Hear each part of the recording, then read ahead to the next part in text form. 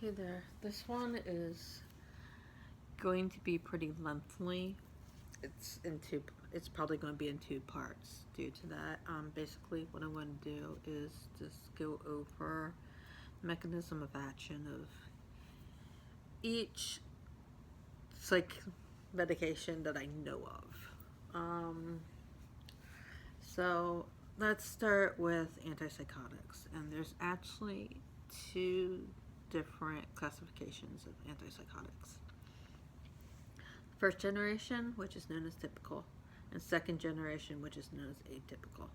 Basically, what the first generation was, people were just getting movement disorders left and right, and they, tried tweaking them to make it so that it was less likely that one would get a movement disorder. Personally, I've been on both typicals and atypicals, and I've had akathisia from both. And I can tell you, it's just as easy and it's just as grueling to get it from atypical. There really is no difference. I've actually had dystonia from a atypical second generation with the akathisia. So they're brutal still. Okay, so let's talk about what they do. The first generation ones, they lower dopamine by inhibiting dopaminergic neurotransmission. It's believed that they block roughly 72%. How they got that exact percentage, I have no idea. But roughly 72% of the D2 dopamine receptors. They also block adrenaline. They have anti-cholinergic qualities and also antihistamine qualities. So,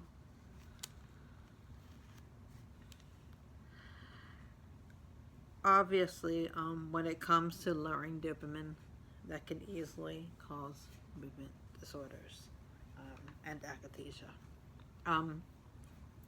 So they block adrenaline, which makes sense because they want it to be sedating.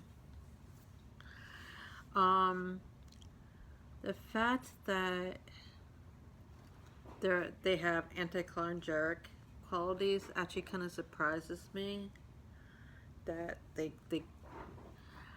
they're worse than the second generation, and the fact, or believed so, in that normally a lot of anticholinergics are actually used to fight akathisia. But like I've mentioned before, the weird thing about anticholinergics is that some block and some cause.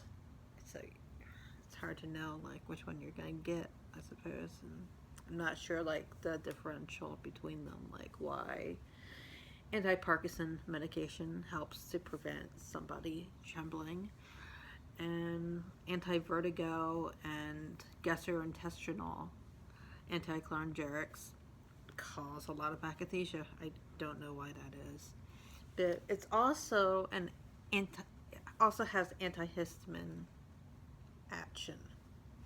Once again, antihistamines tend to help with akathisia. So I was actually like really shocked learning this.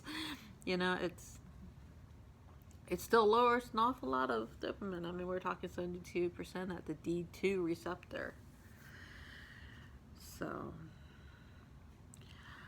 I also wanted to chime in that in order to have an antipsychotic effect,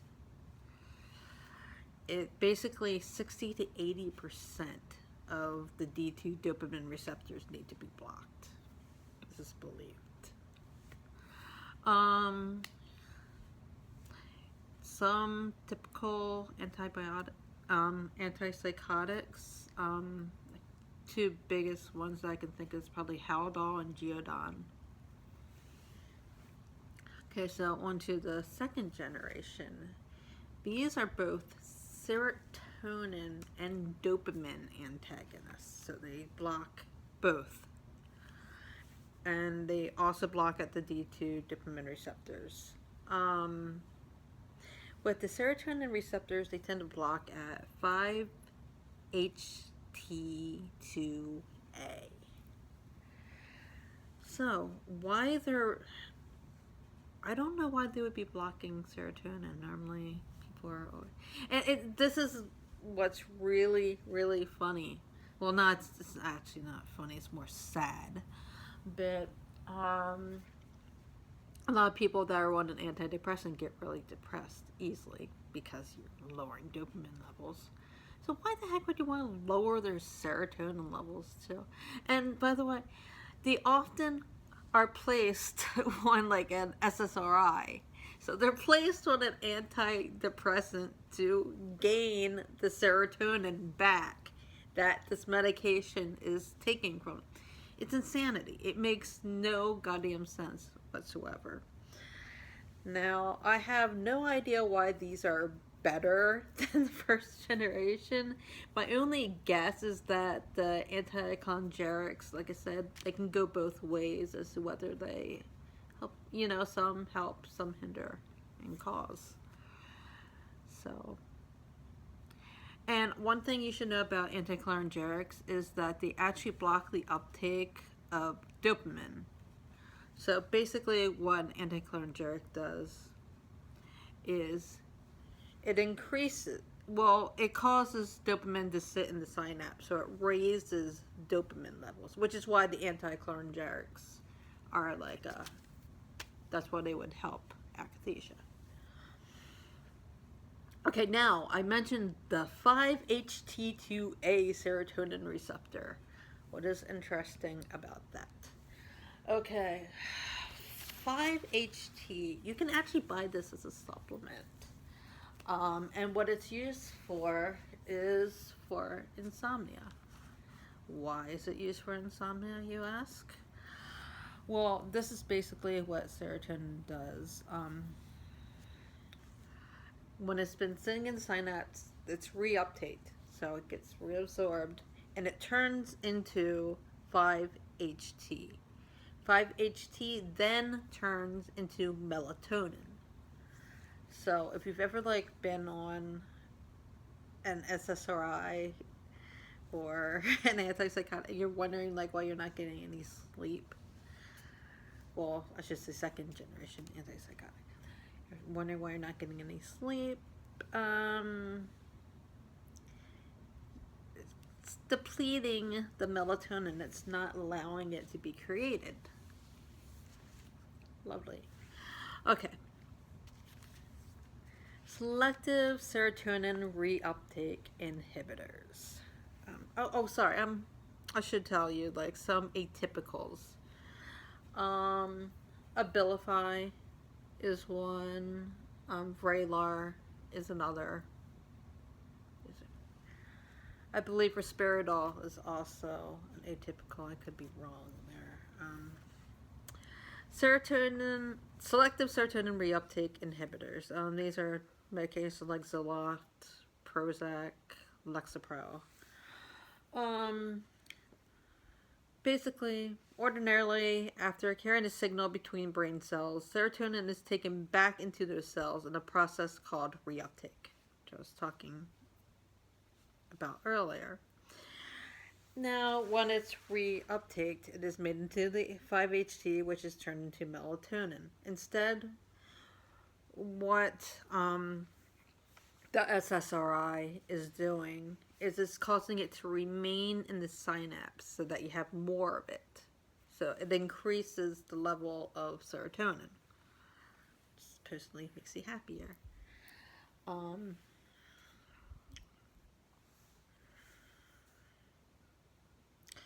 The interesting thing about all this is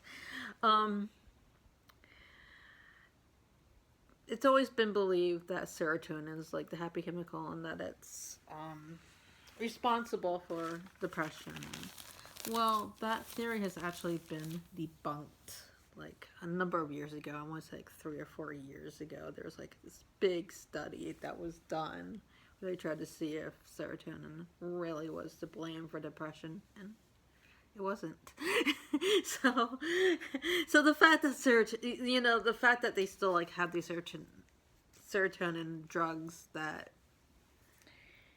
it's ludicrous that they're still using it because it's real.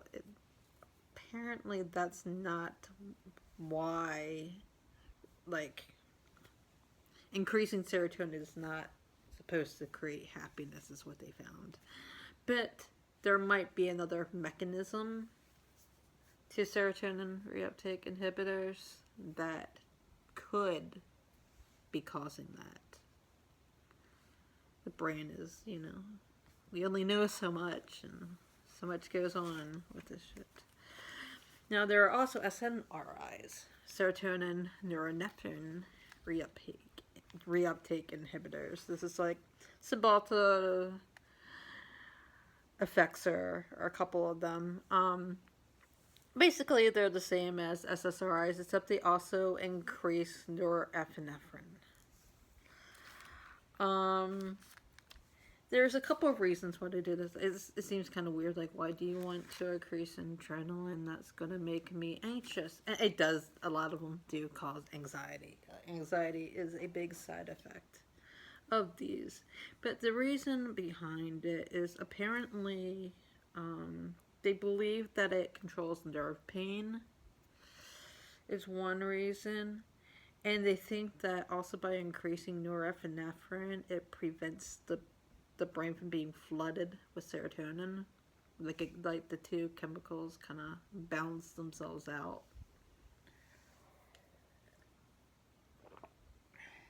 But yeah, you can definitely get increased anxiety with them because you're increasing both.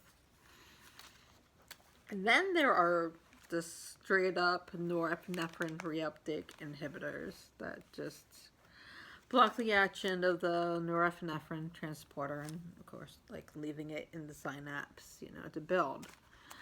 Some of these are Strattera, Wellbutrin, and Pamela.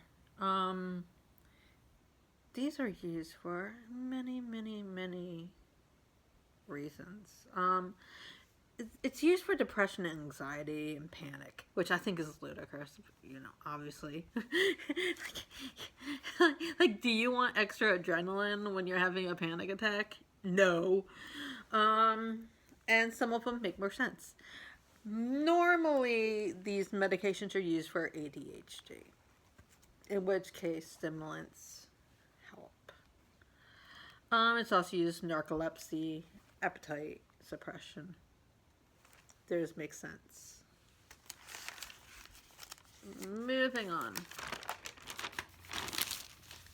Okay, let's talk about tricyclic antidepressants. These would be ones like nortriptyline, amitriptyline, noxepin, and tofranil. They're very, very similar to SNRIs, as in they block the reuptake of both norepinephrine and serotonin. But they also have anti-cholinergic, antihistaminic, and, unfortunately, cardiotoxic effects. Which is why you don't really see them around much anymore.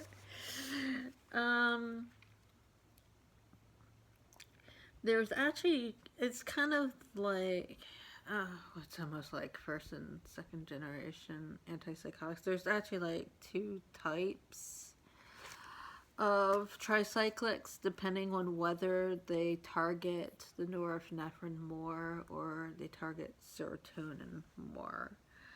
So secondary and tertiary amines. So secondary amines work more when the epinephrine, and tertiary amines work more when the serotonin. Other reasons apart from the cardiotoxic effects that they still use them every once in a blue moon. Like nortriptyline, I think, is still used, but for the most part, they got phased out. They were really prone to overdose. Probably because they just affected so many different chemicals. So they're prone to overdose, and they're known for causing mania. So if you're bipolar, fuck away from them. MAOI inhibitors, also known as monoamine oxidase inhibitors. This would be like Norplan, Avorix, Nordil. Okay, these block an enzyme called monoamine oxidase, which is responsible for removing serotonin, dopamine, and norepinephrine. Interesting.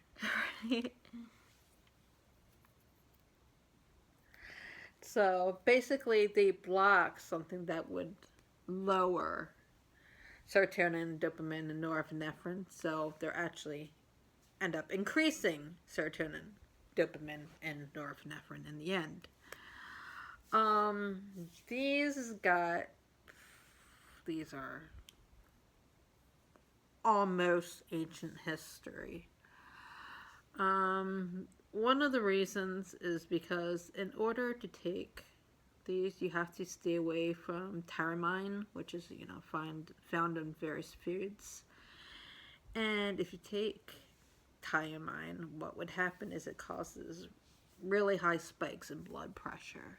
So you have to modify your diet like crazy. And they also just have a lot of side effects to them as well. Benzodiazepines. Okay, what they do is they inhibit the neurotransmitter GABA, which is GABA-ambutyric acid. Please excuse me if I am getting these pronunciations wrong. GABA-aminobutyric acid, which works on the CNS activity. These put the brakes on GABA and causes neurons receiving GABA to either slow down or stop firing temporarily. And this has like a very calming effect. It just slows the brain down, makes you mellow.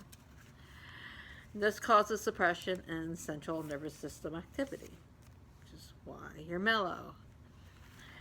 However, as a response, what happens is the brain, in an attempt to restore normal GABA transmission, will decrease its output of GABA and decrease the density of GABA receptors.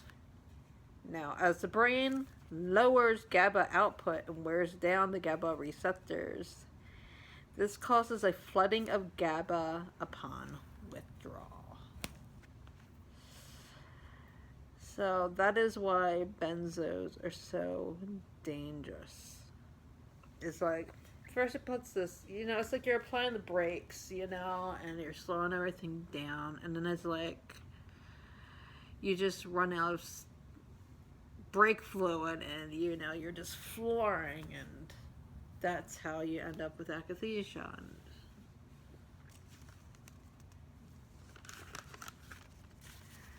And one thing I should mention about these medications is, as you probably have already seen, these really alter the way that the brain works. It almost makes them work in reverse, you release your serotonin, it's supposed to be made into melatonin. But it's like, no, we're just going to have it stick there, and stay, and it's not going to leave. Which, you can, see how that can, cause, even serotonin syndrome if you're on, too high of a dose of a medication, or you're taking numerous medications that increase the serotonin. But anyway, it's altering the way the brain works. Now, this is why it is so difficult for people to get off of, nearly any psych med, is because your brain has been reprogrammed. This has become the new normal. So, in order to reprogram the brain to work the way it's supposed to, you literally have to slowly taper. And if you don't slowly taper, then the brain just becomes overwhelmed. It doesn't, it's like forced to resort back to this way that it hasn't been where it hasn't been operating. And so that's why it's so difficult to come off of this shit, is because it's just reprogramming your brain to work in a completely different manner. Well, I might actually finish these in time. It's only 20 minutes. Okay, Z-drugs. Z-drugs are very similar to benzos. Some of these, a lot of these are sleep aids, like Ambien, Sonata, Lunesta. Z-drugs, they pretty much work, when they work when GABA. They pretty much work the exact same way as benzos, except for one thing, and that is that they selectively work on the alpha-1 subunit of the GABA-A receptor, and just there. So, being that it just selectively chooses this receptor site, it's believed to cause less addiction, dependency, side effects.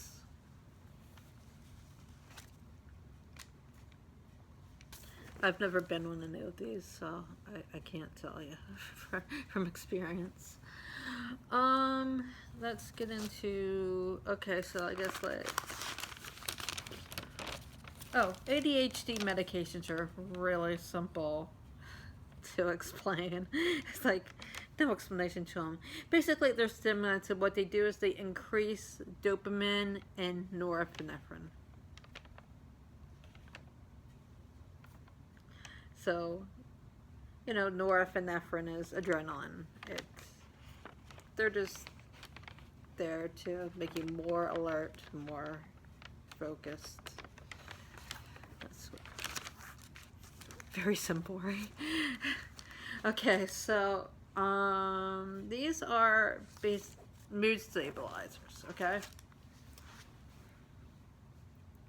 Mood stabilizers, they all seem to work differently.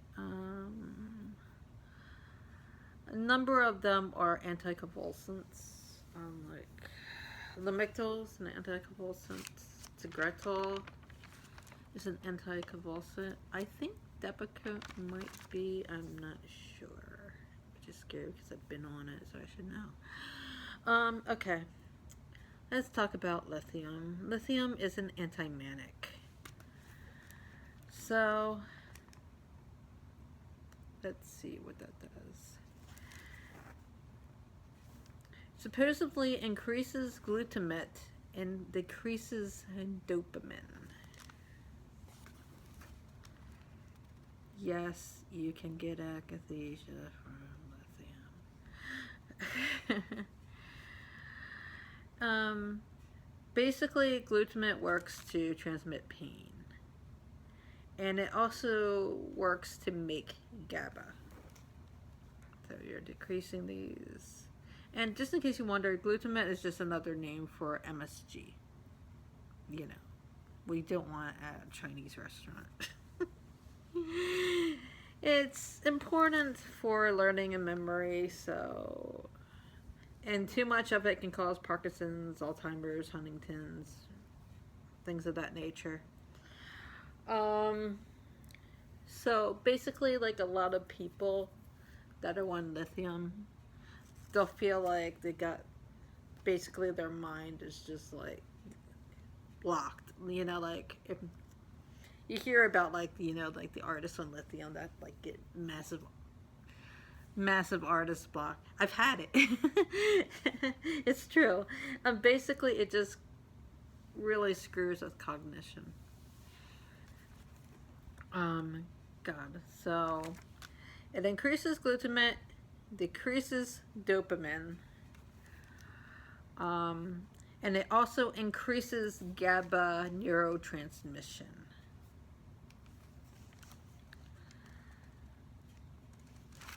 So it's calming, which is why it's used as an anti-manic, because it has that calming quality. And by decreasing dopamine, dopamine is also kind of stimulating. So when you decrease the dopamine, which is why it's used in like antipsychotics and whatnot, it mellows you out. It's a tranquilizer. It's like a tranquilizer. Lithium is believed to enhance neurogenesis, and it's also hugely believed to lower suicidality. I personally do believe that's probably true.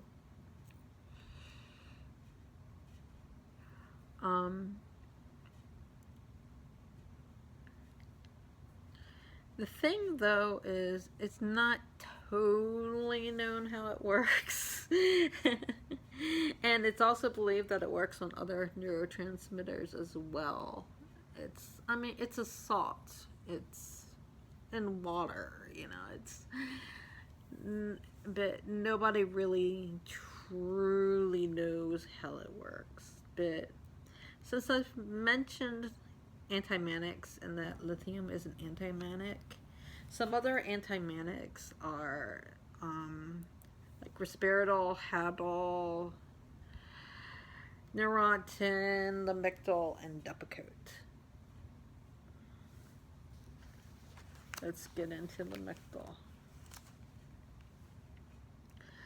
Lamictal prolongs the activity of serotonin, dopamine, and noradrenaline.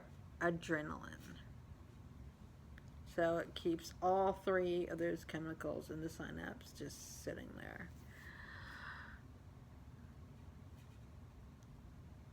It's interesting. Finally, we have one that increases dopamine. Yay!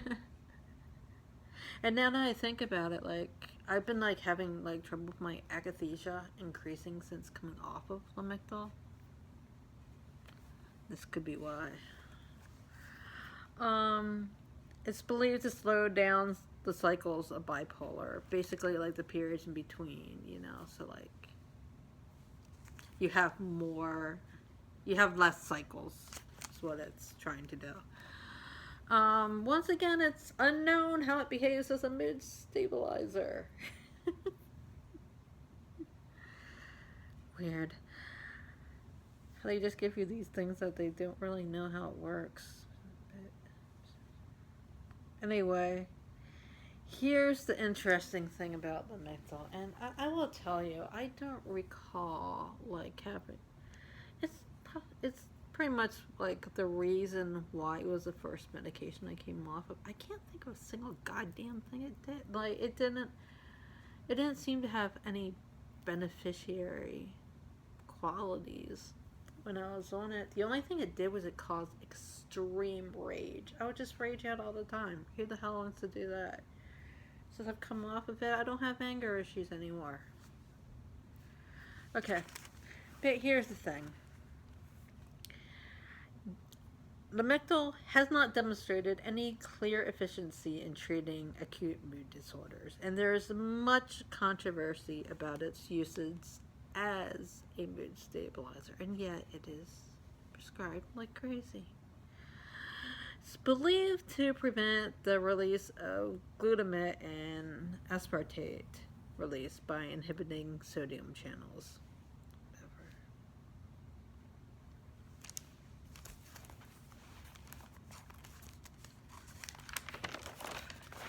Alright, 2 more and then we'll be done. Okay, Depakote. Depakote is believed to increase GABA, but it's also unknown why it works. But it is believed to block voltage-gated sodium channels and inhibit. Oh god, I didn't even spell that right. Okay, it's known to inhibit histone deacylases and increases LEF1. I have no freaking idea what these are. I'm sorry. But basically what I can tell you apart from it increasing the GABA when it comes to mood stabilizers, it seems like all or most of them is believed to work by blocking the voltage-gated sodium channels. But we don't know what this means. We don't know what it does. it is unknown why it works. We'll just give it to people anyway. So, Tegretol, once again, sodium channel blocker to voltage-gated sodium channels, which apparently it prevents repetitive and sustained firing of an action potential. What the bloody hell does that mean? Well, I looked it up. Basically, what action potential is it works on the firing of synapses. So it slows down the synapses.